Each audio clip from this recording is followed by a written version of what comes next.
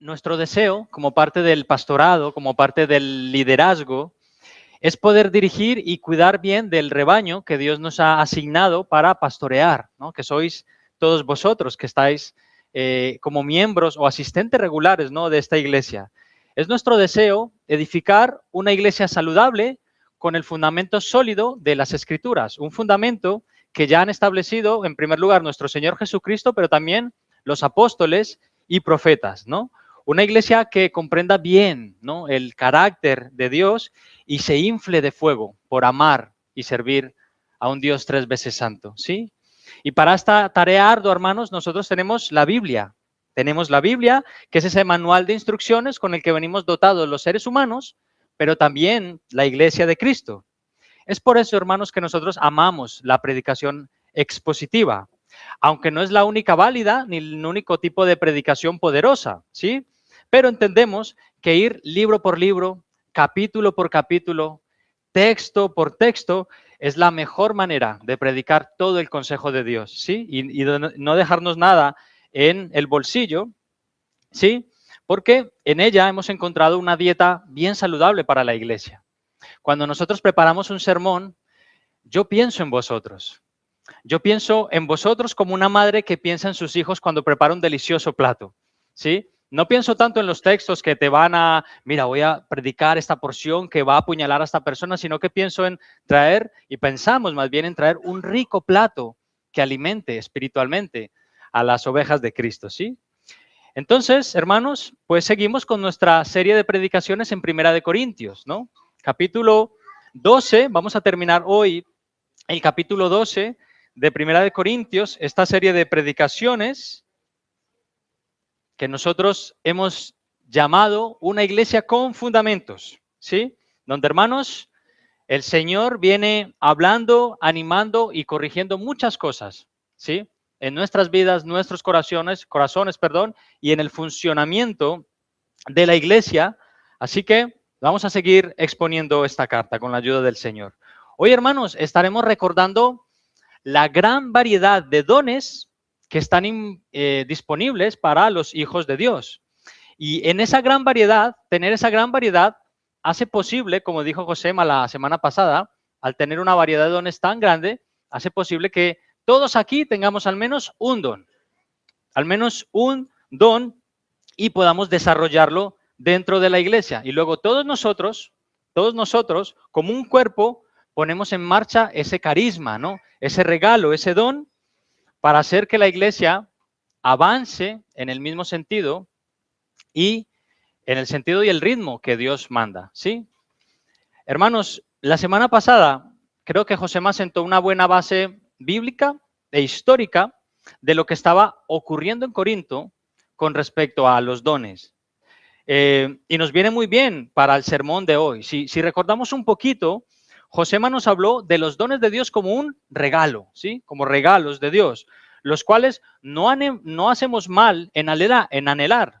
De hecho, debemos anhelar los dones siempre y cuando los usemos con el propósito de servir a los demás, de servir a la comunidad, a la iglesia de Cristo, porque haciendo esto, finalmente, nosotros estamos sirviendo al Kyrios, ¿sí? Al Señor. Y esa es la intención de Dios, hermanos, cuando reparte regalos a sus hijos, cuando reparte dones, a saber que estos sean usados para el provecho de la familia de fe, ¿no? Y esta es una idea que estaremos mencionando una y otra vez, hermanos. El propósito de los dones, creo que hoy voy a decir dones unas 50 o 60 veces, voy a decir la palabra comunidad 50 o 60 veces, pero no quiero que salgamos de aquí sin ningún tipo de duda, ¿vale? Quiero que salgamos de aquí con las cosas claras. Hermanos, esto no es algo que enseñó solo el apóstol Pablo. Es un principio que permea toda la Biblia, desde el Antiguo Testamento, hermanos. El Señor dotó a hombres y a mujeres con dones y capacidades para servir a su pueblo y para gloria de Dios. A unos puso por profetas, a otros eligió el Señor como sacerdotes, otros se dedicaban al canto, otros a mantener el templo, otros a atender a los desfavorecidos, ¿verdad? Y un largo etcétera que hizo mucho bien a la comunidad de fe, pero no solo a la comunidad de fe, sino a la comunidad que tenían en su contexto inmediato. Hermanos, pero tener un regalo, tener un don de parte de Dios, conlleva también una gran responsabilidad, ¿sí? Pues el don está para ser usado en la manera y en la forma que Dios ya ha establecido. Y la falta de observancia de esto, descuidar cómo se deben usar los dones dentro de la iglesia, ha llevado históricamente a la contienda y a la discordia. Y esto es lo que el apóstol está tratando ahí con la iglesia de Corinto. Pero también quiere tratarlo con nosotros y por eso lo ha dejado registrado para nuestro provecho, ¿sí? Así que, hermanos, el texto de hoy, vamos a leerlo, vamos a entrar ya en él. Vamos a leer 1 Corintios capítulo 12 a partir del versículo 8.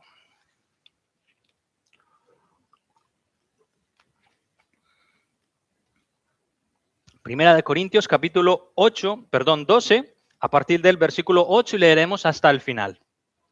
Dice la palabra del Señor: porque a este es dada por el Espíritu palabra de sabiduría, a otro palabra de ciencia según el mismo Espíritu, a otro fe por el mismo Espíritu y a otro dones de sanidades por el mismo Espíritu, a otro el hacer milagros, a otro profecía, a otro discernimiento de espíritus, a otro diversos géneros de lenguas y a otro interpretación de lenguas.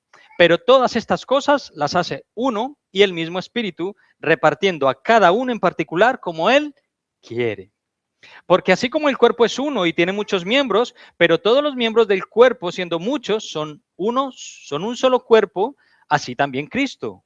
Porque por un solo Espíritu fuimos todos bautizados en un cuerpo, sean judíos o griegos, sean esclavos o libres, y a todos se nos dio a beber de un mismo Espíritu. Versículo 14. Además, el cuerpo no es un solo miembro, sino muchos. Si dijera el pie, porque no soy mano, no soy del cuerpo, ¿por eso no será del cuerpo? Y si dijere la oreja, porque no soy ojo, no soy del cuerpo, ¿por eso no será del cuerpo?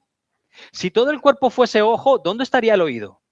Si todo fuese oído, ¿dónde estaría el olfato? Mas ahora Dios ha colocado los miembros, cada uno de ellos, en el cuerpo como Él quiso. Porque si todos fueran un solo miembro, ¿dónde estaría el cuerpo? Pero ahora son muchos los miembros, pero el cuerpo es uno solo. Ni el ojo puede decir a la mano, no te necesito, ni tampoco la cabeza a los pies, no tengo necesidad de vosotros. Versículo 22. Antes bien, los miembros del cuerpo que parecen más débiles son los más necesarios. Y a aquellos del cuerpo que nos parecen menos dignos, a estos vestimos más dignamente. Y los que en nosotros son menos decorosos, se tratan con más decoro.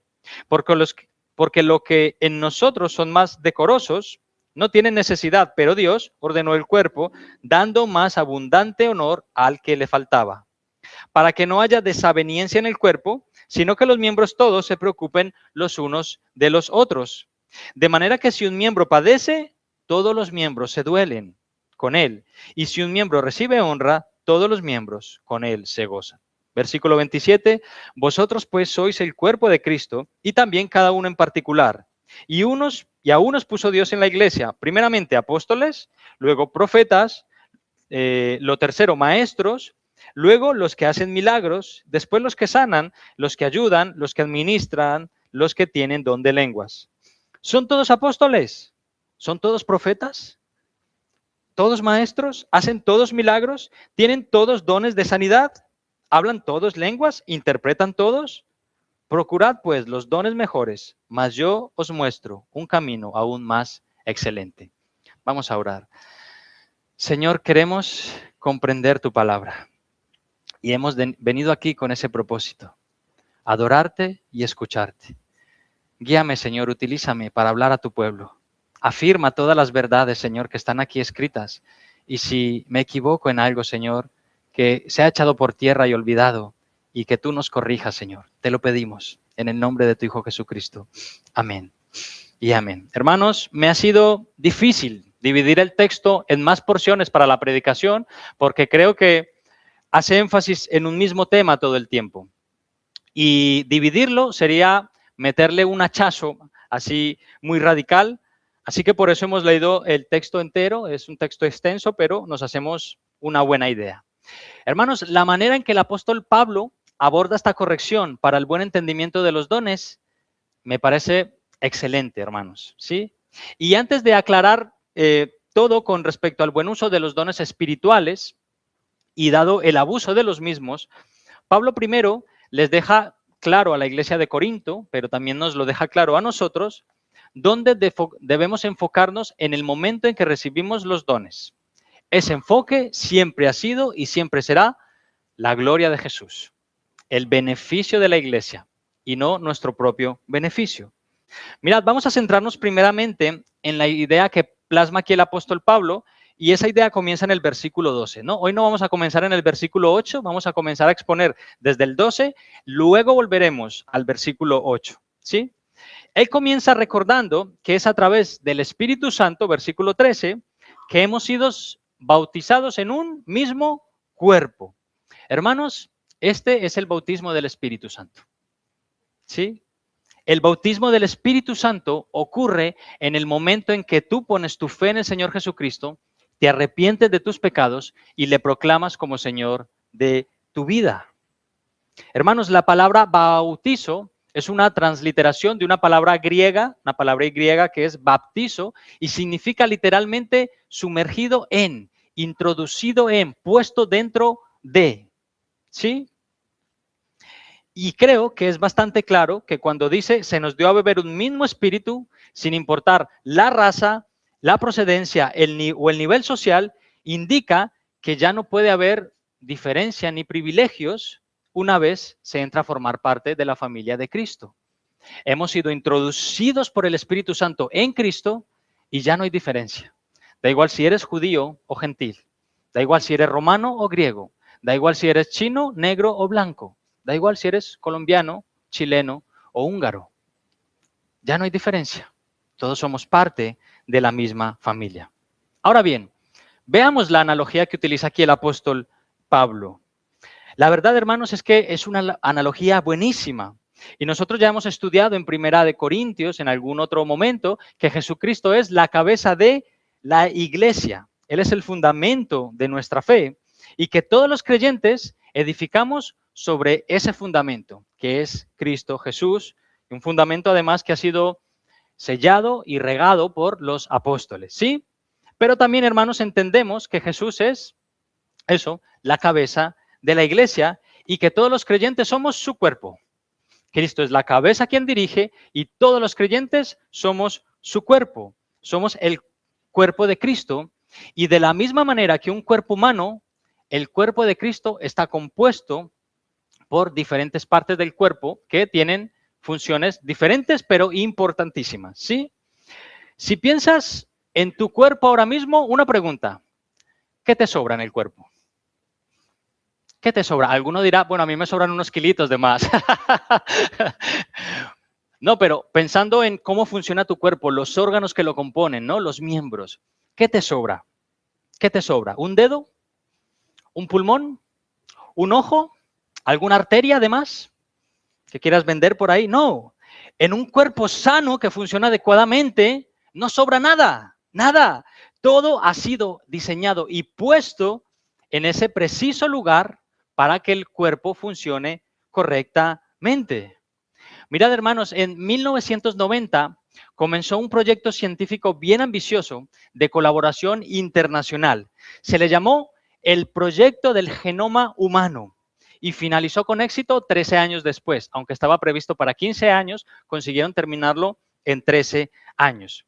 Este proyecto, dirigido por el doctor Francis Collins, buscaba decodificar el ADN humano y así determinar el orden exacto de cada uno de sus nucleótidos. Lo he dicho bien, lo he entrenado en casa. Hermanos, un nucleótido es, ¿habéis visto alguna vez la imagen del ADN? ¿Veis que es como una espiral? Y en cada espiral hay franjas. Bueno, pues esas franjas son los nucleótidos y están definidos por varias letras, 4.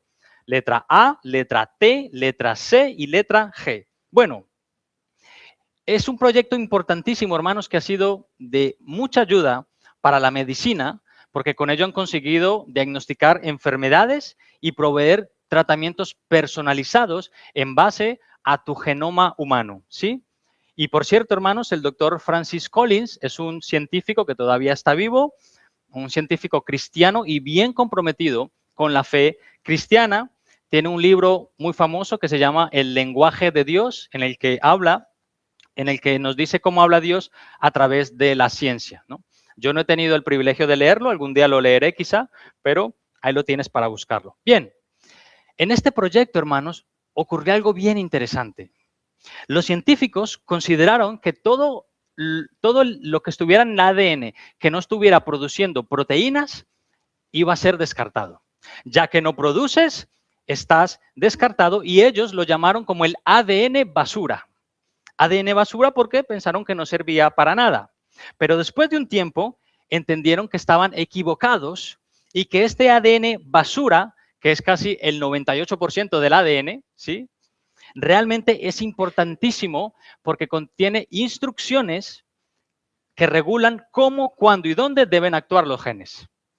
Toda esta instrucción que tú tienes en el ADN determina el tipo de color de pelo que vas a tener, tus ojos, tu altura, el tamaño de tus pulmones, de tus uñas. Todo está contenido en la información del genoma humano, ¿sí?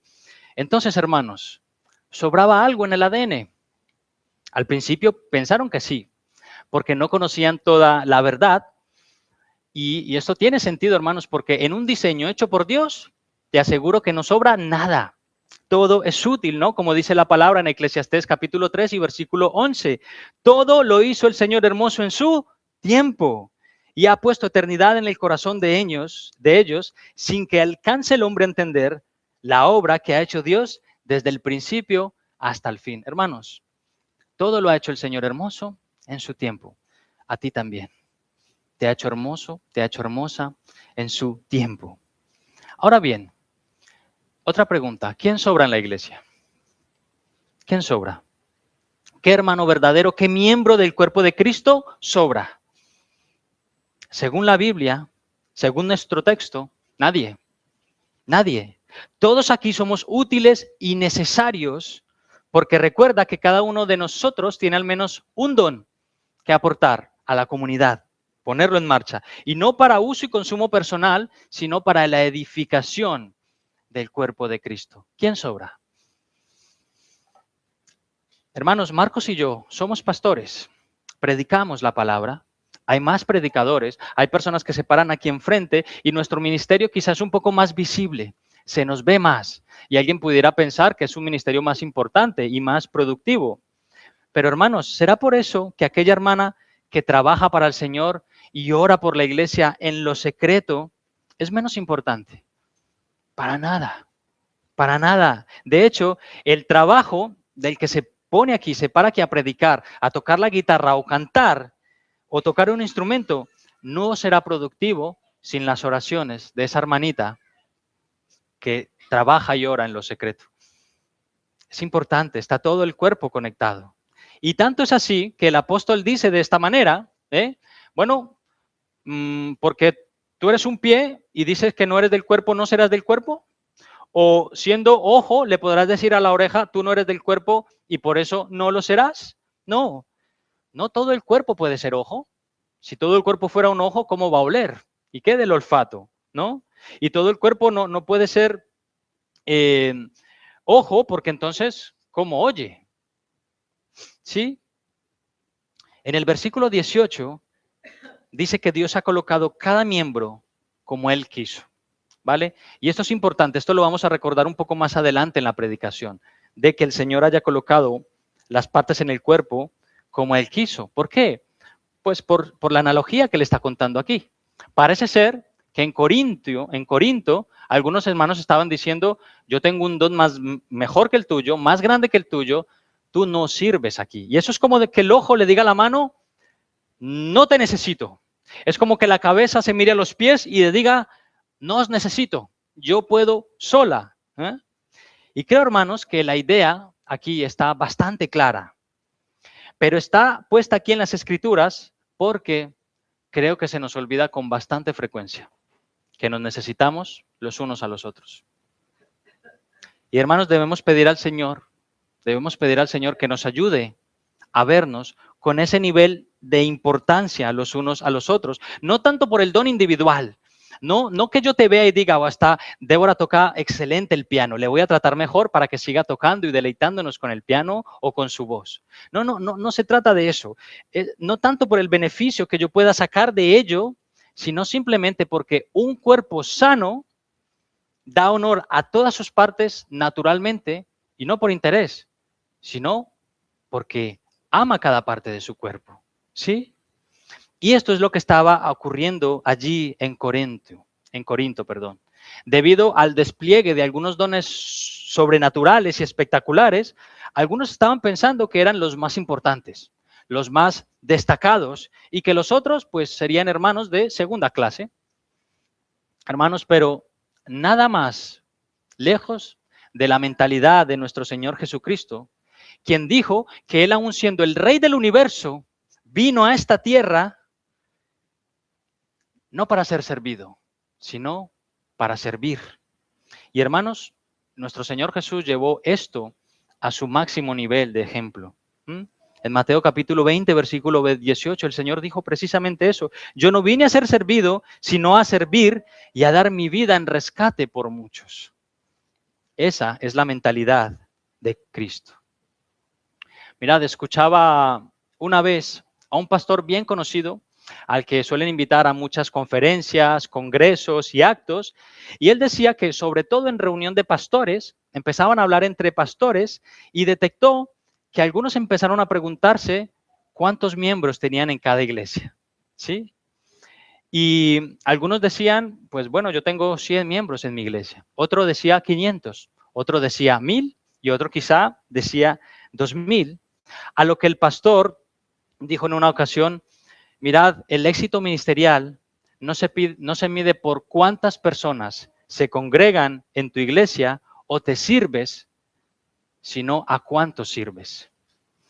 Que tienes una iglesia de 1000 miembros, gloria a Dios, ¿a cuántos sirves? ¿A cuántos estás sirviendo? Pero hermanos, esta es una pregunta no solo para los pastores y líderes, sino para cada uno de los miembros de la iglesia de Cristo. Pregunta, ¿a cuántos estás sirviendo ahora mismo, hermano, hermana? ¿A cuántos sirves? ¿O solamente esperas venir aquí para ser servido y consumir tu dosis espiritual y marcharte? ¿A cuántos escuchas?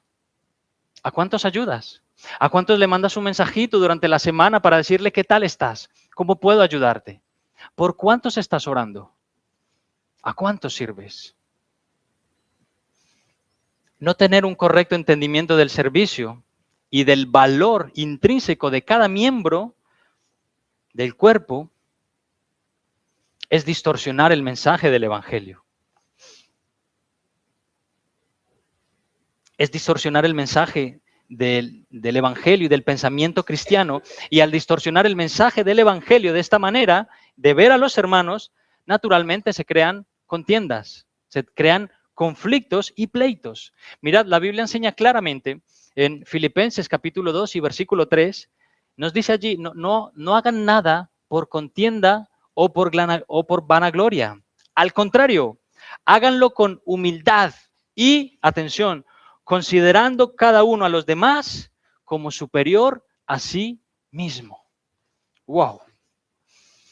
Esto sí que es un estándar alto, hermanos. Esto es totalmente contracultural y antinatural.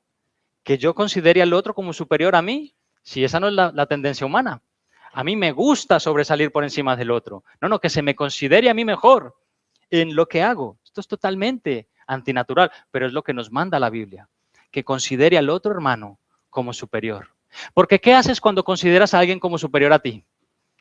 le sirves más, le tratas con más, lo diré, le darás un mejor trato, con más alegría, estarás más presto a servirle cuando le consideras superior a ti, ¿no?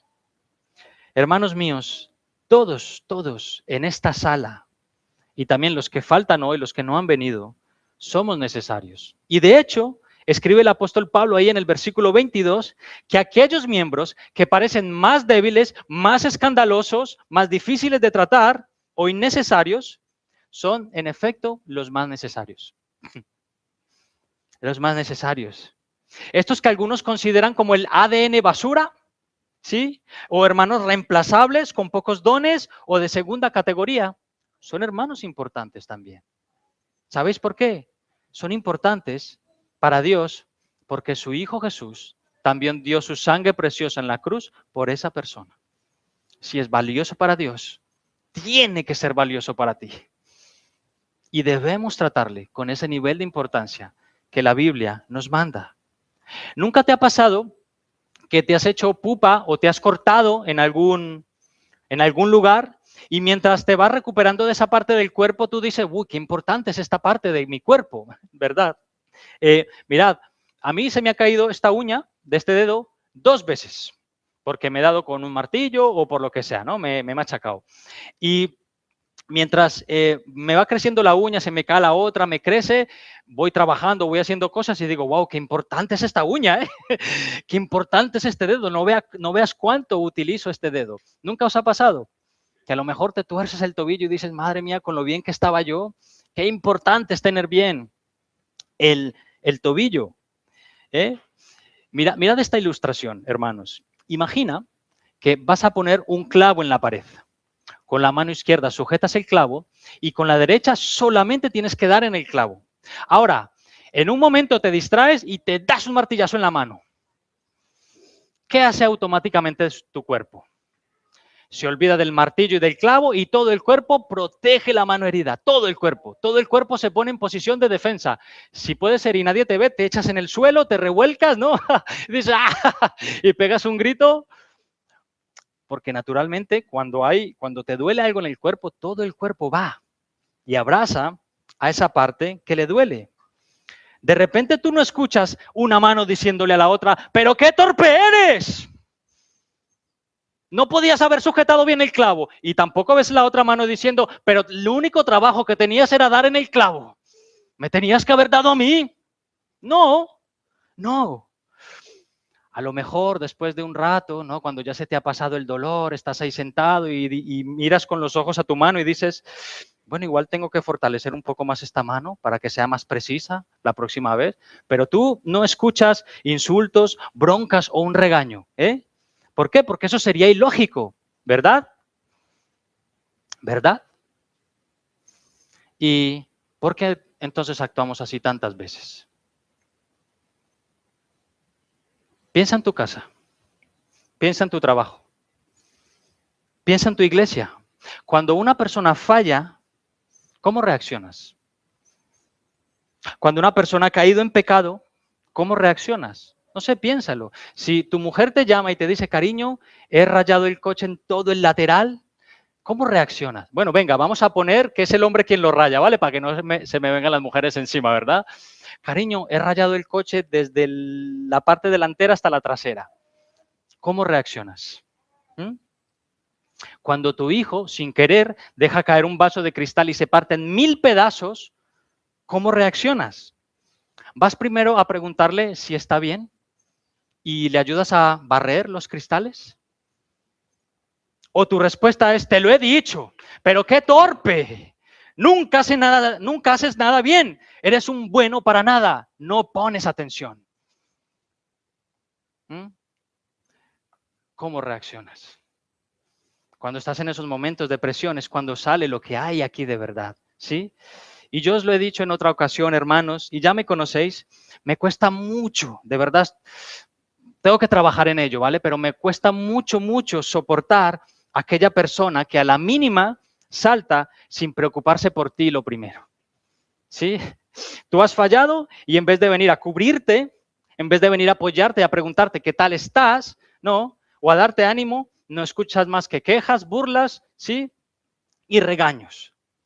Hermanos, hay tiempo para todo ello, ¿sí? Hay tiempo para preguntar qué es lo que ha pasado, pero ya te reirás, ¿no? Cuando haya pasado ese episodio y te ríes, ¿no? De la vergüenza que pasaste en ese momento. Ya intentarás corregirlo en otro momento con una dulce voz cuando el ambiente esté más tranquilo y la vergüenza se haya pasado. Pero de verdad, le basta ya a la persona haber fallado, haber caído en pecado, haberse avergonzado de tal manera para que encima vengas y no precisamente con palabras de ánimo y a una amonestación sincera y amorosa, sino con el taladro del regaño. Es que te lo he dicho, es que mira, es que, hermanos, ¿cómo reaccionas? ¿Cómo reacciono yo? ¿Mm? Bueno, hermanos, es que un cuerpo cubre las vergüenzas de su parte y hace lo que nos dice el versículo 23 y 24. ¿Qué hace? Le viste más dignamente, le trata con más decoro, le trata con honor más abundante. Y en eso tenemos que trabajar, tenemos que trabajar.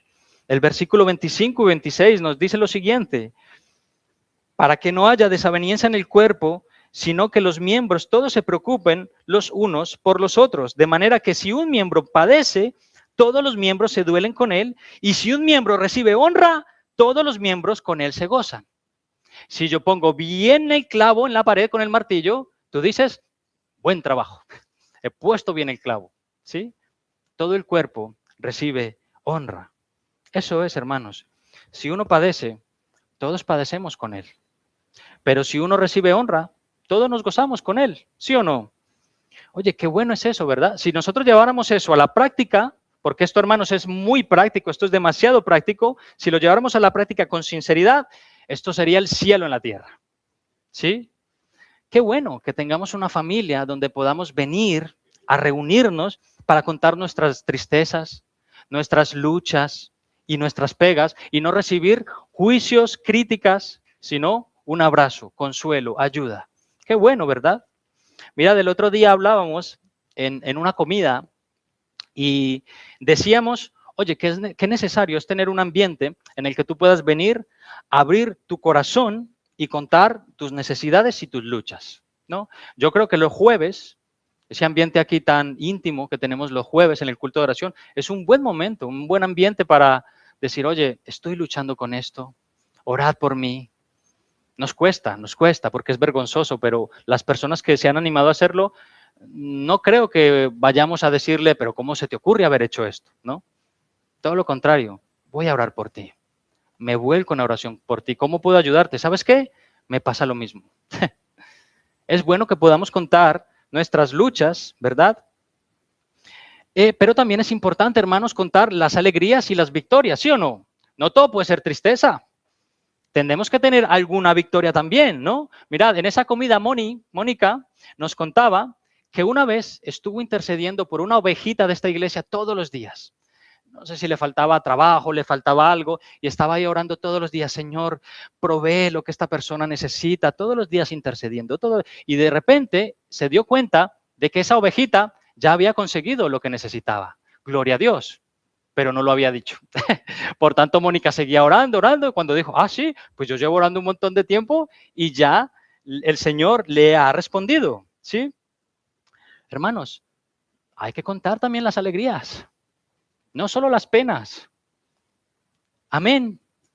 Bien. Hermanos, creo que hasta aquí ha quedado bastante claro ya que los dones dados por Dios a su pueblo deben ser usados para el beneficio colectivo, para el servicio de los demás miembros, ¿no? Y antes os he dicho que allí en el versículo 18 al final había una parte bien importante, ¿no? Leímos que el Espíritu Santo reparte o pone los miembros en el cuerpo como Él quiso, ¿sí? Dios ha colocado los miembros, cada uno de ellos en el cuerpo como Él quiso. Y es importante recordar esto ahora que vamos a pasar a la segunda parte de la predicación. ¿Por qué es importante? Porque hablaremos de los dones específicos.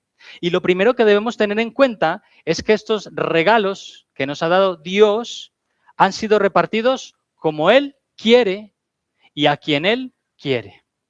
Aunque nosotros debemos anhelar los dones, finalmente es el Señor quien da como Él quiere y cuando Él quiere. Mi mano no ha elegido ponerse en esta parte del cuerpo. Ya se me ha sido puesta ahí por diseño. Mis ojos también. Si yo tuviera un ojo en la rodilla sería una cosa muy rara, ¿no?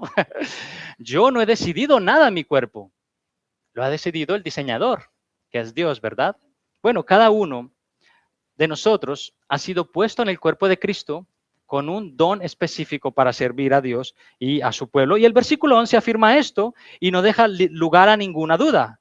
Es el mismo Espíritu quien reparte a cada uno en particular como Él quiere. Bien, esto creo que ha quedado bastante claro. Bien, hermanos, pues ahora sí, desde el versículo 8 al versículo 10 ya nos especifica algunos dones. ¿Cuáles hemos leído? Bueno, hemos leído el don de sabiduría, de palabra de ciencia, de fe, de sanidad, el don de hacer milagros, el don de la profecía, el don de discernimiento de espíritus, de diversos géneros de lenguas y de interpretación de lenguas.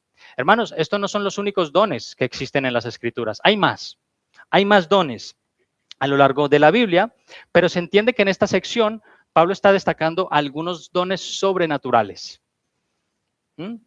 Pudiera ser que Pablo los haya citado en función del valor relativo que tienen los dones, es decir, en nivel de importancia. Pudiera ser porque la palabra de sabiduría y de ciencia es más importante que el don de interpretación de lenguas, ¿vale? Pero simplemente estoy especulando. También destaca otros dones a partir del versículo 28, y aquí ya conectamos estas dos secciones, y nos dice que algunos el Señor puso por apóstoles, a otros profetas, a otros maestros, a otros milagros, a los que sanan, a los que administran y a los que tienen el don de lenguas. ¿Sí? Iglesia, hay al menos 3 textos clásicos en la Biblia donde vienen descritos la mayoría de dones, ministerios y actividades con los que Dios ha dotado a su iglesia. Está Romanos capítulo 12, Efesios capítulo 4 y Primera de Corintios capítulo 12. Y simplemente, hermanos, para ganar un poquito de tiempo, no quiero ir ahí para ahorrar tiempo, pero tú, si lo has apuntado, puedes buscarlo luego en casa. En Romanos capítulo 12 vienen los dones de profecía, servicio, enseñanza, exhortación, dar, el don de presidir y el don de misericordia. En Efesios capítulo 4 también nos dice que el Señor puso primero a algunos apóstoles, a otros profetas, a otros evangelistas, a otros pastores y a otros maestros. Y lo que hemos leído hoy en 1 Corintios 12 son los dones de sabiduría, palabra de ciencia, fe, sanidad, milagros, profecía, discernimiento de espíritu, lenguas, interpretación de lenguas, apóstol, profeta, maestro, milagros, sanidad, administración, lenguas. ¿Los habéis contado? ¿Cuántos hay? Unos cuantos, ¿no? Más de uno. ¿Qué diremos? Bueno, qué bueno, ¿no? La iglesia está dotada con un montón de carismas, con un montón de dones de parte de Dios para la edificación del cuerpo de Cristo. Ahora bien, hermanos, es importante que entendamos cómo funcionan los dones a la luz del contexto bíblico e histórico del Nuevo Testamento y cómo esto nos afecta hoy en día. ¿Cómo nos afecta esto hoy en día? Porque creo, hermanos, que está claro que hay algunos dones que la iglesia ha ido usando constantemente en la historia de la iglesia, pero hay otros dones que han bajado drásticamente y quizá alguno de ellos se ha extinto. ¿Sí? Hay algunos dones que presenciamos en el Nuevo Testamento que ya no vemos hoy y tenemos que preguntarnos por qué. Vamos a intentar entrar un poquito en ello. Mirad, algunos recordaréis que por allá en el año 2022 tuvimos un estudio de escuela bíblica acerca de este tema. Y durante 16 clases, hermanos, estuvimos profundizando en estos dones. No solamente para definir los dones, sino también para hacer un llamado a la iglesia a que se identifique, que pueda identificar cuál es el don que el Señor le ha dado. No sé si lo recordáis. ¿Recordáis que hicimos un test? Un test que luego al final con una tabla dijimos, pues mira, en base a mi respuesta yo creo que tengo el don de la generosidad. En base a mi respuesta yo creo que me inclino más por el don del servicio, yo me inclino más al don del liderazgo, etcétera, etcétera. Bueno, durante esas clases observamos, hermanos, casi todos estos dones. 16 dones. Nos quedaron algunos en el camino, ¿verdad? Pero no los voy a volver a nombrar porque ya los hemos leído. Y si no, Perdemos un poquito de tiempo. Pero una pregunta, en base a todos estos dones, ¿tú crees que puedas tener alguno de estos? Bueno, creo que soy pastor, por tanto creo que el Señor me ha dotado del don del pastorado, tanto a mí como a Marcos. Creo que el Señor ha dado dones y talentos musicales y de liderazgo a personas en esta iglesia. Pero los demás dones y los demás hermanos, ¿te identificas con algún don de estos? Hermanos, no es mi intención entrar ahora a definir de manera exhaustiva cada uno de ellos, pero sí me gustaría definirlos brevemente, para que quizá puedas sentirte identificado, ¿sí? Y llamado a servir con algún don de estos. Y si tienes un poco más de curiosidad, yo te invito a que vayas a nuestra página de YouTube, aquí un poquito de publicidad, ve a nuestra página de YouTube y vas a encontrar una lista que tiene por título Descubriendo los dones espirituales. Si tienes interés, escúchala, ¿de acuerdo? Vamos a comenzar con unos de ellos. El don de liderazgo, hermano. El liderazgo es la capacidad de gobernar, presidir o dirigir a personas que le siguen libremente y sin coacción cuando identifican en esta persona sabiduría, conocimiento y ejemplo. ¿Sí? Creo que un muy buen ejemplo de liderazgo fue el Señor Jesucristo. ¿Sí? ¿Por qué? Porque, hermanos, un buen líder, siempre lidera desde el ejemplo, ¿no? Se dice mucho que hay una diferencia entre ser un jefe y ser un líder. El jefe se para adelante y dice, tú haces esto, tú aquello y tú lo otro. Sin embargo, el líder baja y enseña cómo se hace. Es el primero que baja y se pone a ayudar. ¿Sí? Otro don, la hospitalidad. ¿Cuántos aquí anhelan ese don? La hospitalidad. La hospitalidad es la capacidad y el deseo innato de cubrir las necesidades de otros en cuanto a techo, comida y algunas necesidades. Hermanos, una persona hospitalaria hace sentir como en casa a la persona que acoge, ¿sí o no? Hermanos, la hospitalidad se aprende y se practica, ¿eh? Se aprende y se practica. Yo recuerdo, hermanos, cuando estaba escribiendo esto, me acordé de Camila, me acordé de Marcos y Mónica. La primera vez que yo era novio de Camila, estábamos recién comenzando nuestra relación y ellos me invitaron a su casa a pasar una noche allí, porque me querían meter en un cuartico oscuro que tienen allí también en casa, hacerme una entrevista, ¿sí? Y me sorprendió porque llegué allí y tenían de todo. Mantas, almohadas, una cama preparada, tremendo, claro, por su casa. Ya habían pasado misioneros, gente de otros países que venían a predicar, a congresos. Había pasado ya un montón de gente. Estaban preparados para la hospitalidad. Y desde que me casé con mi amada esposa, he aprendido mucho de la hospitalidad. No tenía ni idea. Yo todo lo contrario, en mi casa no, que vayan a otra. Pero qué bendición, ¿eh? Qué bendición poder hospedar a hermanos en casa, porque dice la Escritura que algunos sin saberlo han hospedado ángeles. ¿Sí? Bien, otro don, el servicio. El don del servicio es la facilidad para reconocer las cosas de las que hay que ocuparse y estar deseoso de resolverlas por sí mismo. Alguien que tiene el don del servicio no simplemente dice, mira, creo que hay un papelito, y de hecho lo hay, en el suelo, para que alguien lo barra, ¿no? El que tiene el don del servicio ve la necesidad, va al fondo, coge una escoba, un recogedor y lo barre.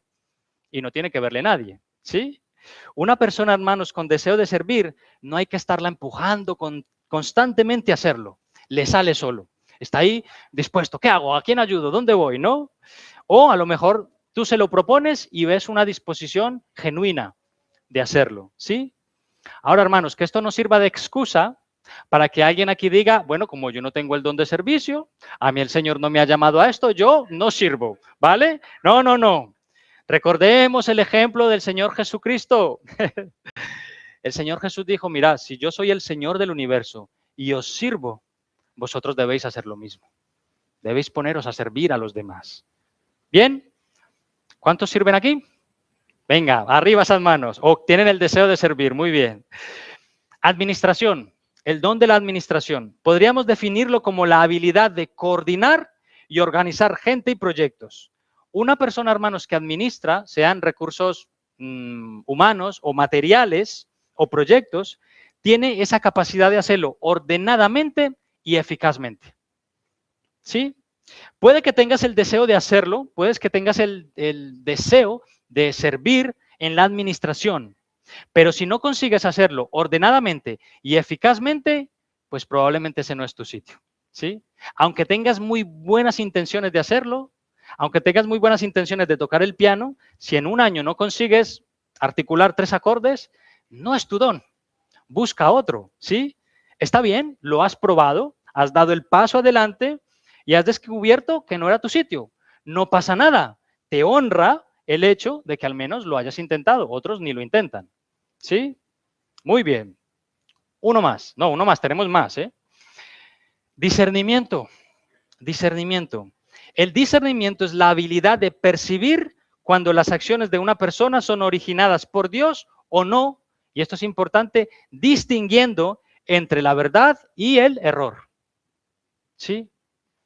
Este don, hermanos, es importantísimo. A la iglesia de hoy en día le falta mucho discernimiento, porque constantemente están queriendo entrar ideas, ¿sí?, en la iglesia, doctrinas o pensamientos sutiles que no dan en el centro de la diana y lo que hacen es confundir a los hermanos, ¿sí? Y si no hay discernimiento, aquí entra todo y esto se vuelve una discoteca y aquí hay un desorden y es lo que está pasando en la iglesia de hoy en día, hermanos. Y para esta tarea de discernir es vital, es importantísimo, hermanos, este precioso libro, que es la palabra de Dios, que nos ayuda a discernir entre lo que está bien y lo que está mal. Está estrechamente también vinculado el don del discernimiento con el discernimiento de espíritus, que es la capacidad de distinguir si un mensaje viene de Dios o viene de Satanás. Es una habilidad puntual para una persona. Amén. Bien, la generosidad. Voy a beber un poco de agua. Yo pensé que cuando dijera, ¿no?, generosidad, todo el mundo iba a decir amén sin explicarlo. Pero veo que no. Vamos a explicarlo a ver si decís un amén al final. La generosidad, el don de la generosidad, es la habilidad de contribuir alegre y generosamente con recursos personales para la obra de Dios, sean recursos materiales o no materiales. Venga, ahora sí. Amén. Amén. Generosidad. Señor, dame generosidad. Quiero dar más de mi tiempo. Quiero dar más de mi talento. Quiero meterme la mano más al bolsillo. Quiero, Señor. ¿Sí? Generosidad. Ahora, hermanos, es verdad, hay personas que es una pasada verles, en generosidad. Es impresionante. No calculan, se dan a sí mismos. Esto quizá no es un llamado para todos, ¿vale? Este llamado específico, pero todos estamos llamados de manera general a la generosidad, que no se nos olvide. Bien, el don de fe, hermanos. El don de fe es la habilidad de creer a Dios por cosas no vistas con plena confianza para crecimiento espiritual y para aceptar su voluntad. ¿Sí? Es la habilidad de creer cosas que todavía no estás viendo y aceptarlas porque vienen de parte de Dios. Bien, hermanos, este don de la fe no se refiere al don de la fe salvífica, ¿no? Esa fe que te salva, esa fe de la que nos habla la carta a los Efesios, donde nos dice que por gracia sois salvos por medio de la fe, y esto no es de vosotros, sino que es un don de Dios, que no es por obras para que nadie se gloríe. Esa es la fe que recibimos en primera instancia para ser salvos. Pero este tipo de fe es diferente. Se trata más bien de un don de fe extra que necesitas en momentos puntuales de tu vida para creer a Dios cosas que van a ocurrir.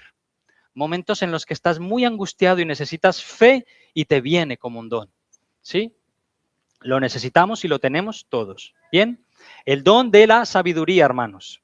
El don de la sabiduría es la habilidad de discernir la mente de Cristo y aplicar las verdades de la Escritura en una situación específica para tomar decisiones correctas y ayudar a otros a moverse en la dirección adecuada. Bueno, esta es la definición, pero a mí me gusta esta definición, hermanos.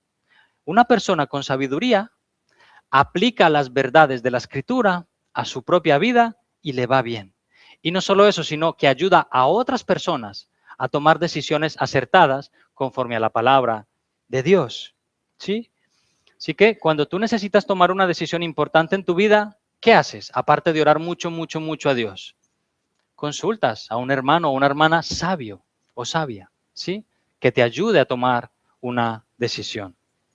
Muy bien, vamos adelante, hermanos, el don de la exhortación. La exhortación es la habilidad de comunicar apropiadamente palabras de ánimo, desafío o reprensión al cuerpo de Cristo.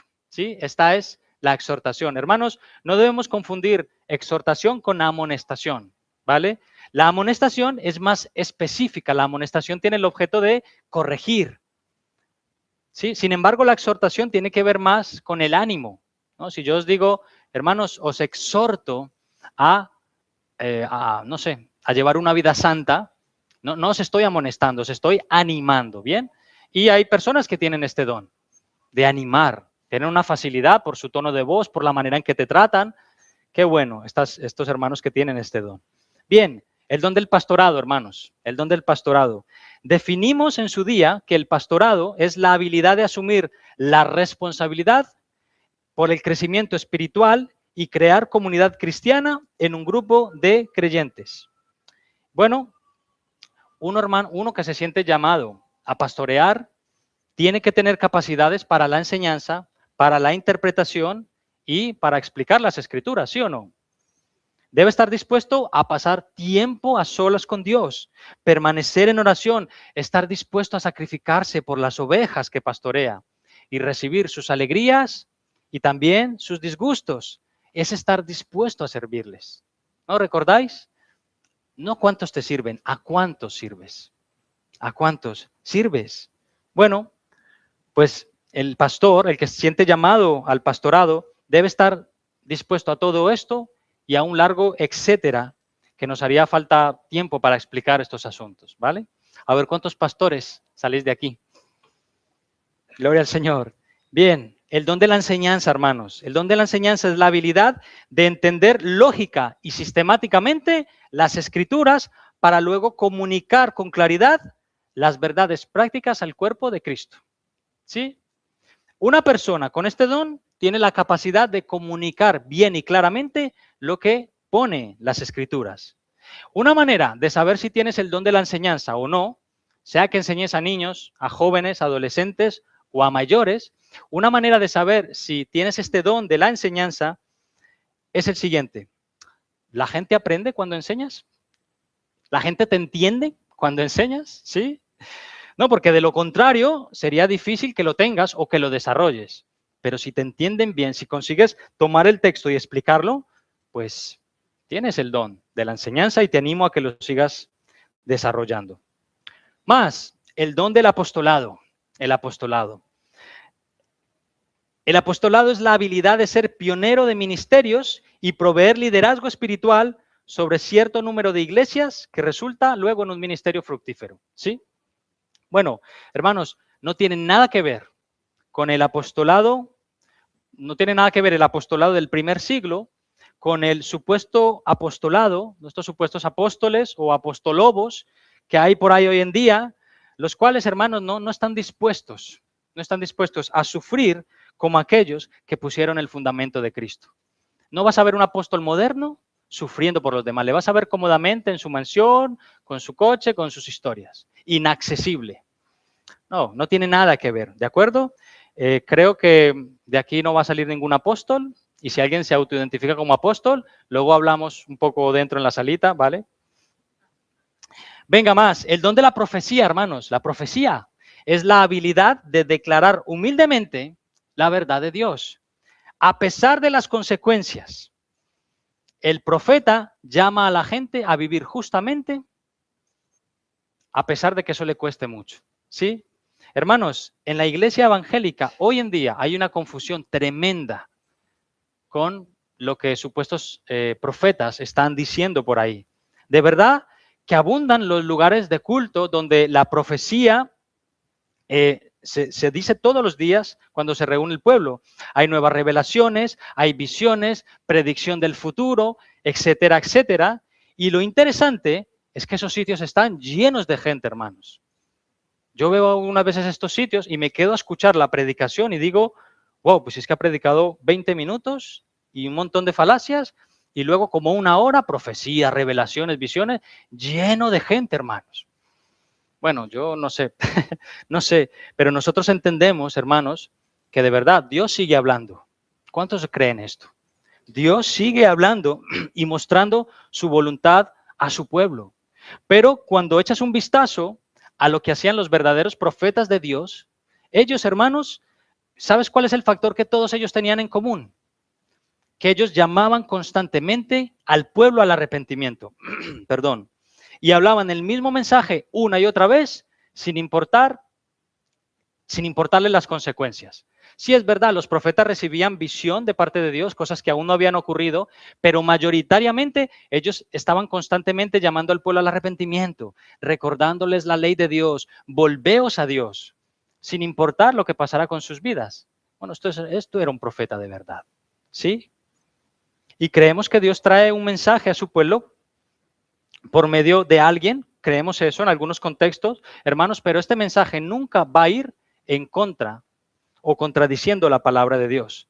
Si hay alguien que dice tener una profecía y va en la línea con la palabra de Dios, entonces habrá que considerarlo, ¿no? Porque la palabra de Dios dice en segunda de Pedro, capítulo 1 y versículo 19, que nosotros tenemos la palabra profética más segura, ¿sí? La cual hacéis bien en estar atentos como antorcha que alumbra en lugar oscuro. Hermanos, profecía, la palabra profética más segura. La escritura, esto seguro que nos va a predecir todo bien, ¿sí? Alguien dijo, hermanos, y ya vamos llegando al final, que profetizar es declarar la voluntad divina, interpretar los propósitos de Dios o dar a conocer de cualquier manera la verdad de Dios que está destinada a influir en las personas. Fin de la cita. Hermanos, el don de sanidad, el don de sanidad. Creemos más bien con todo nuestro corazón que Dios sigue sanando hoy en día. Yo lo creo. Yo creo que Dios puede sanar con el poder de su palabra. Si Él dice, hágase, se hará, en el momento que Él determine, ¿sí? Y que Él continúa haciendo auténticos milagros en las vidas de personas que sufren enfermedades, ¿bien? Pero hermanos, no creemos que hayan personas con el don de la sanidad en la actualidad. No lo creemos. De ser así, le enviaríamos rápidamente a nuestros familiares enfermos y a nuestros seres queridos enfermos a ser sanados, o le enviaríamos a un hospital para sanar a las personas, donde haría muchísimo bien a la sociedad. ¿Sí? Si alguien tuviera el don de la sanidad, al hospital, rápido, que allí vas a sanar y la gente se va a levantar y va a creer en Cristo. ¿Sí? Así que creemos que la oración eficaz del justo puede mucho, y que incluso a través de la oración de algún hermano o alguna hermana, el Señor puede traer sanidad a tu vida. Yo puedo estar orando, o Luzmila puede orar por alguna persona, poner su mano sobre ella y sanar. Gloria a Dios. Pero no necesariamente Luzmila o yo tenemos el don de la sanidad. Creemos que Dios sana, pero no creemos en los sanadores que hay por ahí. Bueno, el don de milagros, hermanos. Definitivamente, este fue un don reservado para la iglesia primitiva. El don de hacer milagros. Los milagros que ocurrieron allí contribuyeron a confirmar el mensaje del Evangelio, y esos milagros, cuando tú los lees, fueron tremendos, unos tremendos milagros, ¿no? Ya no vemos a personas realizando este tipo de milagros, ¿a qué no? Ya no vemos a personas resucitando muertos, devolviéndole la vista a los ciegos, ¿verdad? O sanando una enfermedad incurable, no, ya no lo vemos. De hecho, los supuestos milagros que vemos por ahí, cuando llegas a fondo e intentas investigar un poco, resultan siendo unos charlatanes, hermanos. Porque los antiguos no hacían esto. Ahora el milagro que tú ves con más abundancia es que una persona que supuestamente tiene un pie más largo del otro, el profeta, el milagrero, viene, le toca y sus pies se estiran y quedan. Eso, no, para los que no estáis familiarizados con esto, hermanos, igual os suena raro, pero abundan. Yo lo he visto varias veces. Pasa la persona con un pie más corto, se lo pone largo, gloria a Dios. ¿Viene el ciego? No, a ese ya no. Sí, auténticos charlatanes. Aún así, creemos que Dios sigue sanando, sigue haciendo milagros, como con el don de la sanidad. Y hermanos, finalmente nos queda el don de lenguas y el don de interpretación de lenguas. Y si te has dado cuenta, ya llevamos un rato en la predicación, ya no tengo tiempo para explicarlo, ¿vale? Pero lo he hecho adrede, ¿sí? Lo he dejado para el final, no para explicarlo, sino para que se os quede el gusanillo. ¿Por qué? Porque cuando lleguemos a Primera de Corintios, capítulo 14, vamos a poder hablar tranquila y ampliamente de este precioso don de lenguas, pero muy mal entendido por la comunidad evangélica, ¿sí? Así que siento decepcionarte. Hoy no vamos a hablar del don de lenguas y seguramente nos extendamos más cuando lleguemos a Primera de Corintios 14, no solo en el don de lenguas, sino también en aquellas corrientes doctrinales que enseñan si los dones continúan, algunos dones han cesado, algunos continúan pero de manera intermitente, etcétera, ¿sí? Y cómo se deben usar luego en el culto público o en la vida devocional. Amén. Pero hermanos, lo importante de hoy, con lo que quiero que te quedes, de verdad, es con lo siguiente. Dios tiene uno o varios dones para ti. Dios tiene uno o varios regalos para ti. Y si los tienes, por favor, desarróllalos. Úsalos para beneficio de la iglesia. No te los quedes para ti mismo, porque entonces va a resultar infructuoso. Y probablemente se te extinga el don por la falta de uso, por la falta de desarrollar la habilidad. Hermanos, lo que no se usa se oxida, se llena de polvo, no sirve. Así que ponte en marcha y hermosea a la novia de Cristo con tu don, con tu talento, ¿sí? Pero sobre todo, debemos buscar un don que es infinitamente más valioso y excelente que todos los demás dones. Y es como termina el capítulo en el versículo 31. Procurad pues los dones mejores, mas yo os muestro un camino más excelente. Y os voy a hacer un spoiler, el amor. Es el camino más excelente, el don que no se va a extinguir jamás. Anhela los dones, pero anhela amar sobre todas las cosas. Y si tienes dudas sobre cuál es el tuyo o la manera en que puedes descubrir tu don, eso se hace precisamente sirviendo a la iglesia, donde el Señor va a abrirte puertas, va a darte oportunidades y va a confirmar por medio de tus hermanos si efectivamente tienes ese don o no lo tienes, ¿sí? Y termino con este texto en Primera de Pedro, capítulo 4 y versículo 12. Cada uno, según el don que ha recibido, ministrelo a los otros como buenos administradores de la multiforme gracia de Dios, porque así lo hizo nuestro Señor Jesucristo. Hermanos, ¿cuántos dones tenía Jesús? Todos. ¿Cuántos dones se reservó para sí el Señor Jesús? Ninguno.